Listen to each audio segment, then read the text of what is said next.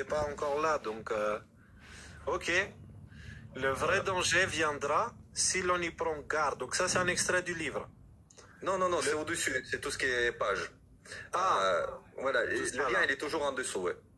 Ok. Enfin, le lien, la référence. Donc, la production des consommateurs et leur entretien coûte cher, plus cher encore que la production de marchandises elles-mêmes.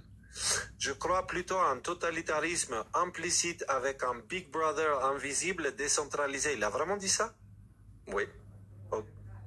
Ces machines pour surveiller notre santé que nous pourrons avoir pour notre bien nous asserviront pour notre bien.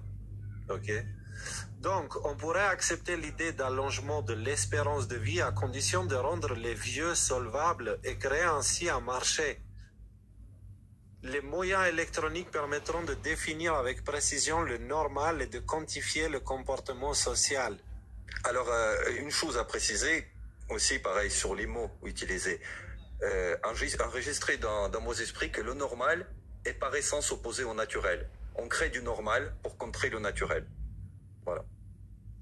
On perçoit déjà un certain désir conscient et inconscient de se conformer le plus possible à des normes sociales. Bah, ça, c'est le précurseur du masque, en fait. Hein, ça. C'est le précurseur d'un paquet de choses. On peut parfaitement imaginer que la famille ou la femme ne soit qu'un des moyens de production d'un objet particulier, l'enfant. Classe. Si sur le plan économique, l'enfant est une marchandise comme les autres, la société le considère également ainsi, mais pour des raisons sociales. Le médecin, il me faudrait un seau à côté de moi, en fait, pour ce genre de mission. Le médecin que nous connaissons disparaîtra pour laisser la place à une catégorie sociale nouvelle vivant de l'industrie de la prothèse. Les personnes s'adapteront de manière à être conformes aux critères de normalité. La prévention ne sera plus coercitive car voulue par les personnes. En fait, ce qu'il dit, et ce que je remarque, parce que j'ai pas lu ces bouquins, j'ai autre chose à faire que lire ce genre d'absurdité. Mais maintenant que tu as sorti ces extraits, en les lisant, je remarque un truc. Monsieur Attali, il observe l'être humain, comme je fais aussi, et il se focalise sur quels sont les traits de caractère ou les profils, les faiblesses de l'humain pour les exploiter afin de transformer l'humain en un produit.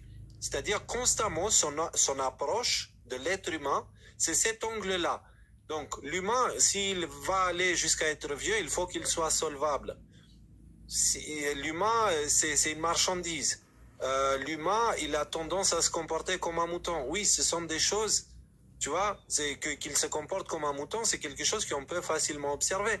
Mais essayons de faire quelque chose de bien avec.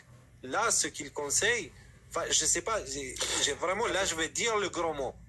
Si Satan existe, et je sais qu'il existe, c'est exactement ce qu'il ferait. Il regarderait quelles sont les faiblesses de l'être humain pour les exploiter afin de l'éloigner de sa véritable nature.